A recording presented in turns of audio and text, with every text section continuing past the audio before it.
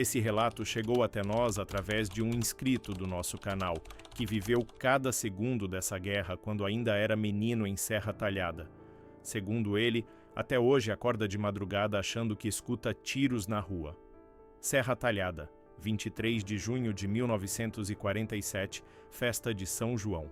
Quem poderia imaginar que uma discussão sobre o resultado de uma eleição municipal, regada a cachaça de alambique numa noite de forró, desencadearia uma guerra de 2 décadas que transformaria a terra de Lampião num cemitério a céu aberto? Que uma bala disparada no calor de uma discussão política custaria 87 vidas e transformaria uma das cidades mais prósperas do sertão pernambucano num campo minado onde crianças aprenderam a reconhecer o som de diferentes calibres antes de aprender o alfabeto. Esta é a história real dos Carvalho e dos Pereira. 2 famílias que durante 20 anos se exterminaram com uma crueldade que faria o próprio Virgulino se benzer. Numa vendetta que começou com política e terminou com gerações inteiras enterradas no cemitério do Perpétuo Socorro, transformando Serra Talhada numa cidade fantasma onde o comércio fechava às 4 da tarde e ninguém saía de casa depois do pôr do sol. Durante 2 décadas, Serra Talhada se transformou num verdadeiro campo de batalha. Fazendas prósperas viraram ruínas carbonizadas. Famílias inteiras fugiram para o Recife. 87 pessoas morreram diretamente nesta guerra. 2 gerações de crianças cresceram órfãs de pai, tudo por causa de uma discussão numa noite de São João que deveria ter terminado com uma ressaca e um pedido de desculpas. Um tiro disparado no calor do momento que se transformou no estopim da vendetta mais sangrenta que o sertão pernambucano já testemunhou. Se você acha que conhece histórias de coronelismo e vingança no Nordeste, se pensa que já ouviu tudo sobre guerras de famílias, prepare-se, porque esta história vai te mostrar que quando o ódio político se mistura com honra sertaneja, o resultado é um banho de sangue que nem o tempo consegue lavar. Serra Talhada, junho de 1947. Uma cidade que respirava política e suor de vaqueiro em doses iguais, encravada no Pajeú, a 415 quilômetros do Recife, onde o sertão mostrava sua face mais dura e mais orgulhosa ao mesmo tempo. Terra que viu nascer Virgulino Ferreira da Silva, o Lampião, em 1898, e que carregava no DNA a marca da valentia e da honra sertaneja levada às últimas consequências. População de 35 mil almas divididas entre a zona urbana e os sítios espalhados pela Caatinga, vivendo do algodão, do gado magro que pastava entre mandacaros e xique-xiques e principalmente da política que definia quem comia e quem passava fome. Coronel Antônio Carvalho, 58 anos, era o tipo de homem que quando tossia a cidade inteira pegava gripe. 2 metros de altura, 120 quilos de músculos endurecidos por décadas, domando gado bravo. Barba cerrada que escondia uma cicatriz de facão do tempo em que era apenas mais um vaqueiro, antes de construir fortuna com algodão e gado. Dono da fazenda Pedra Branca, 8.000 hectares de terra, onde 3.000 cabeças de gado zebu pastavam entre a Caatinga rala. Casa grande com 15 cômodos, que mais parecia fortaleza, com paredes de meio metro de espessura, construída para resistir a cercos e tiroteios. Antônio era PSD até a medula, cabo eleitoral que garantia 2.000 votos cabresto em cada eleição, homem que fazia prefeito e desfazia delegado com uma conversa no ouvido certo. A família Carvalho tinha raízes profundas em Serra Talhada. O avô de Antônio havia chegado em 1870, fugindo da seca que assolou o Ceará e construiu fortuna vendendo carne seca para as tropas na Guerra do Paraguai. Antônio tinha 5 filhos homens, todos criados no Código Duro do Sertão. Expedito, 35 anos, o mais velho e braço direito do pai nos negócios. Cícero, 32, conhecido pela pontaria certeira que derrubava um pássaro em voo a 100 metros. Manuel, 29, que cuidava do gado e conhecia cada reis pelo berro. José, 26, formado em direito no Recife, mas que preferia a cela ao tribunal. E o caçula Sebastião, 23, considerado o mais valente de todos, capaz de domar um cavalo bravo só no olhar. Do outro lado da cidade, no bairro do Bonfim, ficava o Império dos Pereira. Major Joaquim Pereira, 55 anos, era o oposto físico de Antônio Carvalho, mas igualmente poderoso. baixo, magro, óculos de aro fino que escondiam olhos de gavião, sempre vestido de linho branco impecável mesmo no calor de 40 graus que derretia o asfalto da única rua pavimentada. Dono da fazenda Olho de Água, 6.000 hectares onde funcionava o maior descaroçador de algodão do Pajeú, empregando 200 homens na época da colheita. Joaquim era UDN de carteirinha, inimigo político natural de qualquer carvalho que respirasse, competição que vinha desde que os dois eram meninos e disputavam quem montava melhor no cavalo do padre Cícero. Joaquim Pereira também tinha sua prole guerreira, Pedro, 33 anos, administrador do descaroçador e mestre em contabilidade criativa na hora de sonegar impostos. Luiz, 30, dono de mão pesada que já havia matado 3 homens em duelos justos. Carlos, 28, vaqueiro que rivalizava com Manuel Carvalho em conhecimento de gado. Paulo, 25, que controlava o contrabando de cachaça que vinha de Alagoas. E Francisco, de 22, o caçula que tinha fama de conquistador e já havia deixado 3 moças de família grávidas sem assumir nenhuma.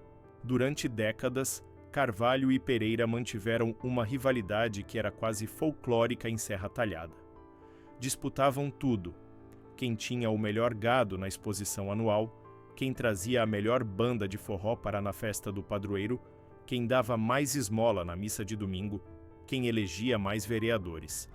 Era uma competição que divertia a cidade e movimentava a economia, cada família tentando superar a outra em demonstrações de poder e riqueza.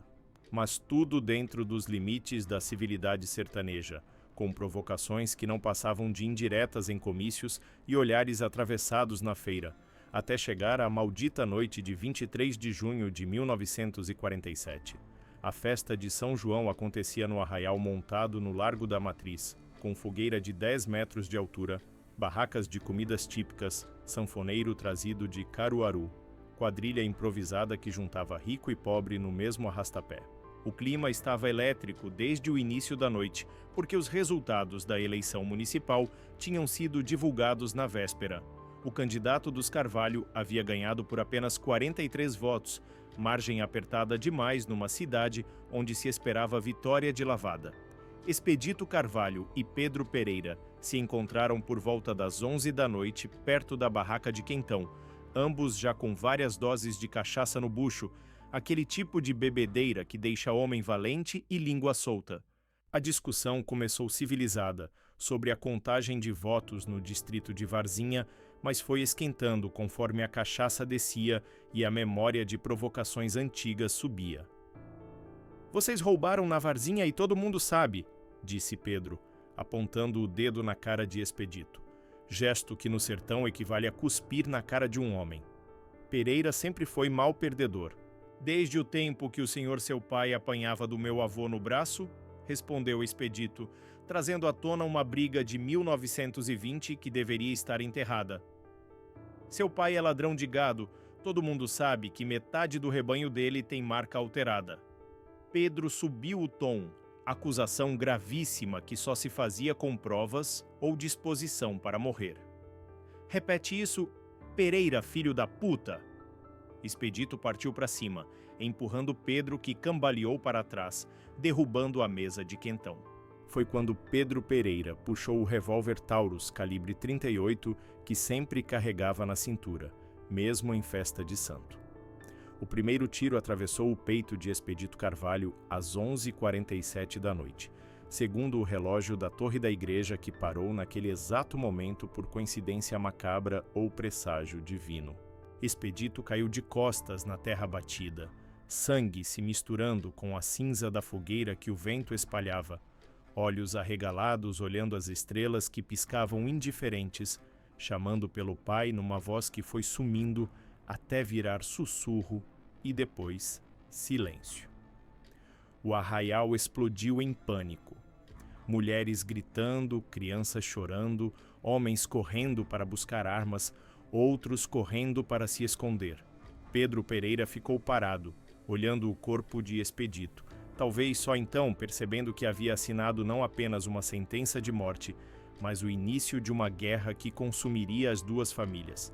Coronel Antônio Carvalho chegou em 5 minutos, Abriu caminho entre a multidão, se ajoelhou ao lado do filho morto. Não chorou, não gritou. Apenas fechou os olhos de Expedito com delicadeza, de quem nina a criança para dormir. Depois se levantou, olhou para Pedro Pereira, que ainda segurava a arma fumegante, e pronunciou as palavras que selariam o destino de 87 pessoas. Pereira, vocês mataram meu filho mais velho na festa do santo. Agora vou matar um Pereira por dia até não sobrar semente desgraçada para contaminar esta terra. O funeral de Expedito foi o maior que Serra Talhada já havia visto. 2.000 pessoas acompanharam o cortejo, que saiu da fazenda Pedra Branca e percorreu 15 quilômetros até o cemitério. Coronel Antônio não derramou uma lágrima pública, manteve a compostura que se esperava de um patriarca sertanejo. Mas todos que o conheciam sabiam que por dentro o homem havia morrido junto com o filho.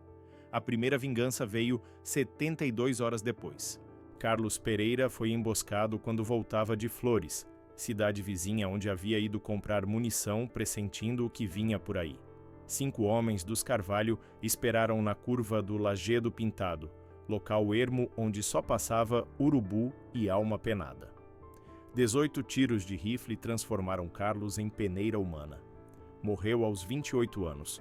O corpo ficou 3 dias na estrada porque ninguém tinha coragem de recolher, com medo de também levar bala. Major Joaquim Pereira enterrou o filho e respondeu na mesma moeda. Uma semana depois, Manuel Carvalho foi morto quando ferrava gado no curral da fazenda. Um tiro de rifle de luneta disparado de 300 metros de distância estourou a cabeça do vaqueiro como melancia madura. O atirador nunca foi identificado, mas todos sabiam que só Luiz Pereira tinha precisão para um tiro daqueles. Em agosto de 1947, 2 meses após o início da guerra, o saldo já era aterrador. 7 mortos, 3 de cada lado, mais um inocente que passou na hora errada pelo lugar errado. A cidade começou a se dividir geograficamente. Carvalhos e simpatizantes não passavam do lado leste depois das 6 da tarde. Pereiras evitavam o lado oeste mesmo em plena luz do dia. O comércio da Rua do Comércio, que ficava no meio, virou terra de ninguém onde se faziam compras rápidas com a mão no cabo do revólver. A escalada continuou no fim de 1947, com o episódio que ficou conhecido como o Massacre da Missa do Galo. 24 de dezembro, igreja matriz lotada para a tradicional missa da meia-noite. Padre João, tentando promover a paz, havia convencido as 2 famílias a participarem da celebração como gesto de trégua natalina. Carvalhos de um lado da igreja, Pereiras do outro, tensão no ar mais pesada que incenso. Quando o padre elevou a hóstia consagrada, momento mais solene da missa, Francisco Pereira se levantou e atravessou a nave central em direção ao lado dos Carvalho. Ninguém sabe ao certo o que ele pretendia. Uns dizem que ia fazer as pazes, outros que ia provocar. Nunca saberemos por que José Carvalho, achando que era ataque, sacou o revólver e disparou 3 vezes. Francisco caiu morto no altar, sangue respingando no sacrário dourado. O tiroteio que se seguiu dentro da igreja durou intermináveis 3 minutos. Balas ricocheteando nas paredes de pedra, santos de gesso explodindo em pedaços, vitrais estilhaçando numa chuva de vidro colorido. Quando a fumaça baixou, 5 mortos, Francisco Pereira, José Carvalho, 2 fiéis que tentaram fugir e foram atingidos, e Dona Maria das Dores, beata de 70 anos que morreu de infarto com o terror. O padre João fechou a igreja por 6 meses.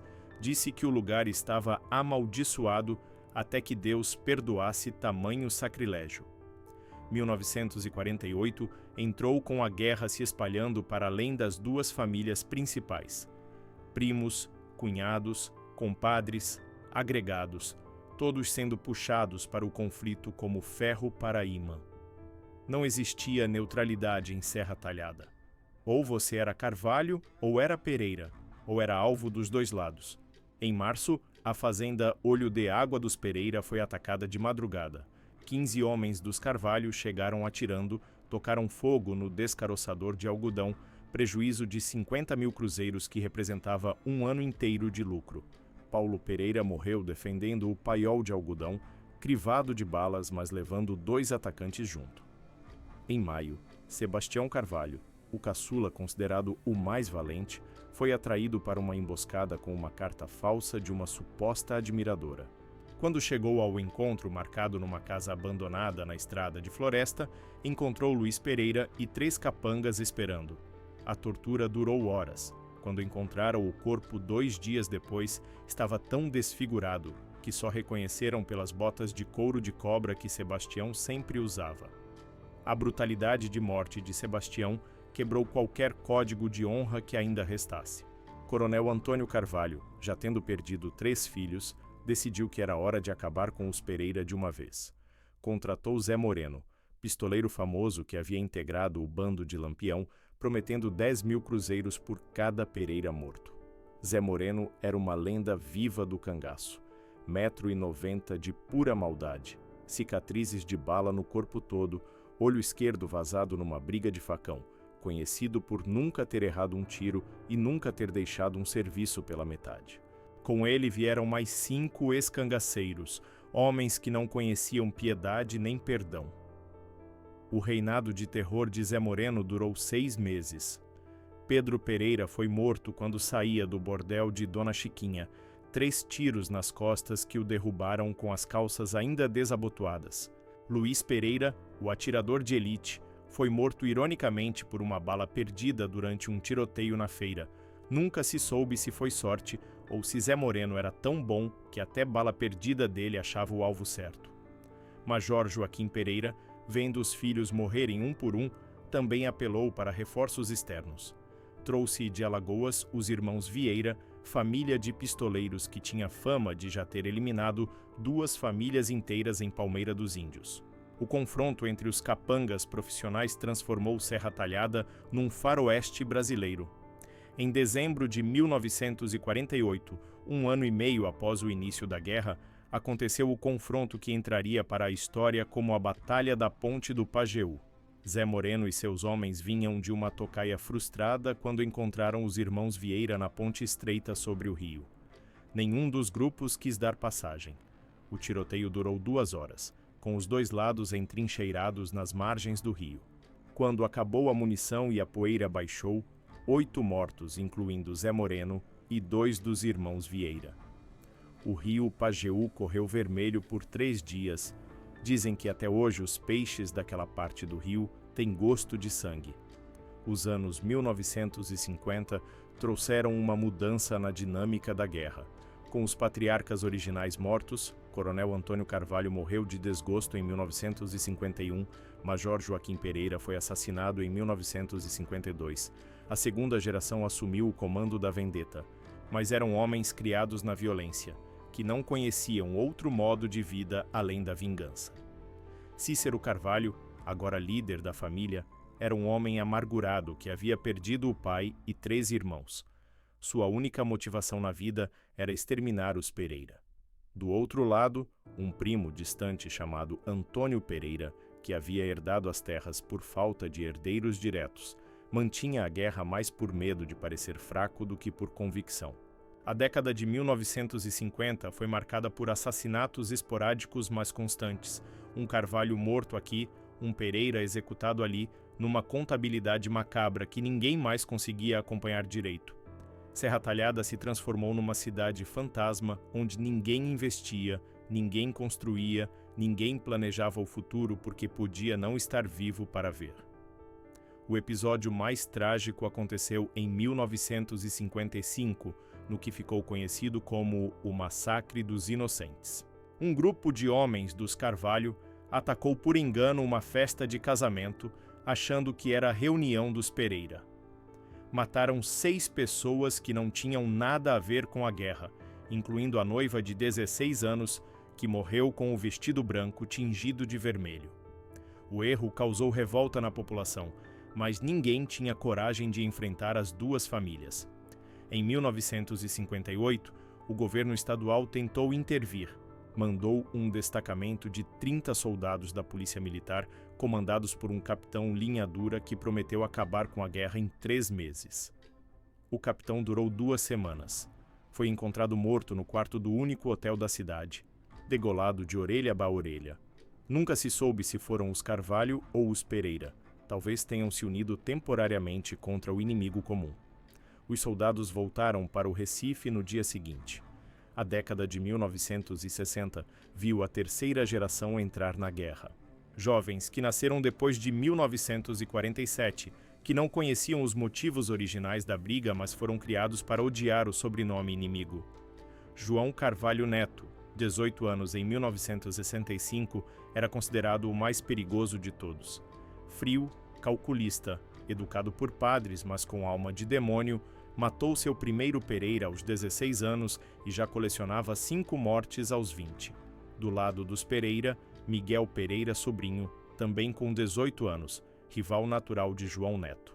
Os dois nunca haviam se falado, mas se odiavam com intensidade que assustava até os mais velhos. Eram a personificação de uma guerra que havia se tornado hereditária, genética, parte do DNA das famílias. O duelo entre João Neto e Miguel aconteceu no dia 23 de junho de 1967, exatos 20 anos após o início da guerra.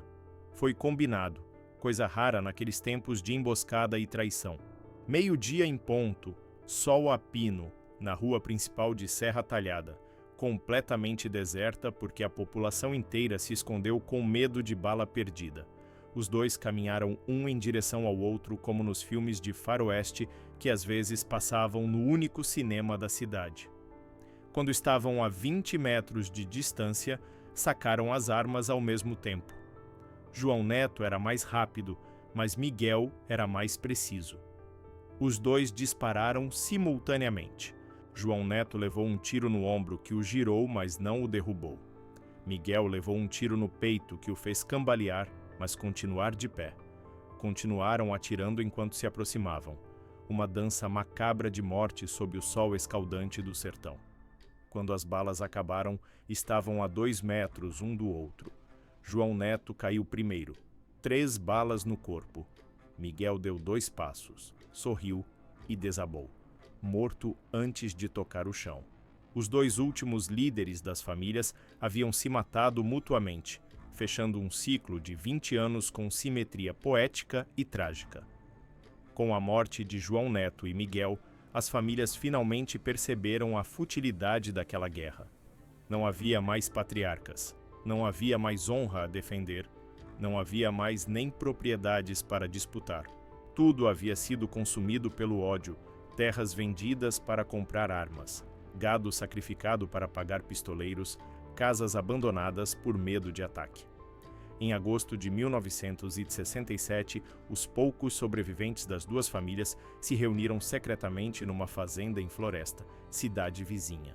Eram 7 Carvalhos e 5 Pereiras, todos mutilados pela guerra.